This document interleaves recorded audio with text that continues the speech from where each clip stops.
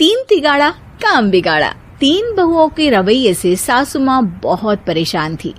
दरअसल बात ये थी कि तीनों बहुओं में किसी बात को लेकर अनबन हो गई थी। तब से ही तीनों एक दूसरे से मुंह फुलाए रहती थी। ना कोई सीधे मुंह किसी से बात करती, ना किसी का कहना मानती। पड़ोसी भी इस बात को जानते थे और जाने कैसे कैसे बातें भी करते।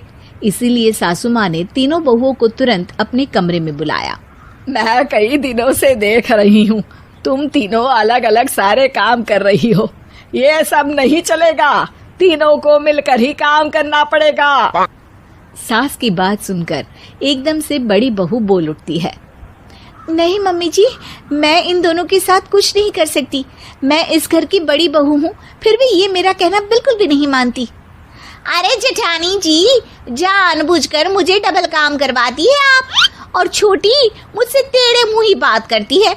इन दोनों के बीच हमेशा सैंडविच बन जाती है मेरी, और मैं हमेशा आलू की तरह बीच में मसली जाती हूँ।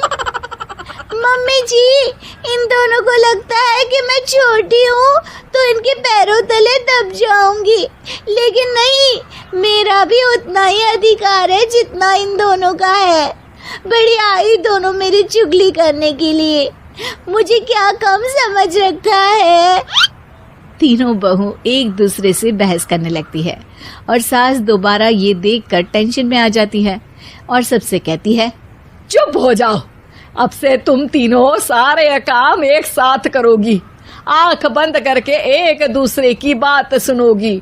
तुम तीनों इस बात को गांठ बांध लो, वरना अगली छुट्टियों में तुम्हारा अपना मायके जाना कैंसिल। सास की बातें सुनकर डर के मारे तीनों हामी भर देती हैं। जी मम्मी जी, मैं समझ गई। हाँ मम्मी जी, जैसा आप कहें।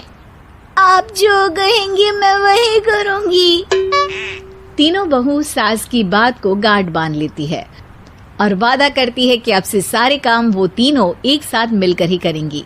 ये सब देखकर सास खुश हो जाती है और वहां से चली जाती है। नीचे जाकर वो देखती है कि घर में शर्मा जी आए हुए होते हैं। सास जोर से आवाज लगाकर कहती है, अरे बहू, जरा चाय बनाकर तो लाना, शर्मा जी आए हैं। सास की बात सुनकर तीनों बहू तुरंत किचन की ओर भागती है और चाय बनाना शुरू कर देती है। मुझे तो एकदम मसाले वाली कड़क चाय पसंद है, तो हम शर्मा जी के लिए मसाले वाली चाय ही बनाएंगे। अरे नहीं दीदी, गर्मी के मौसम में मसाला चाय कौन पीता है? मैं तो शर्मा जी के लिए इलायची वाली चाय ही बनाऊंगी।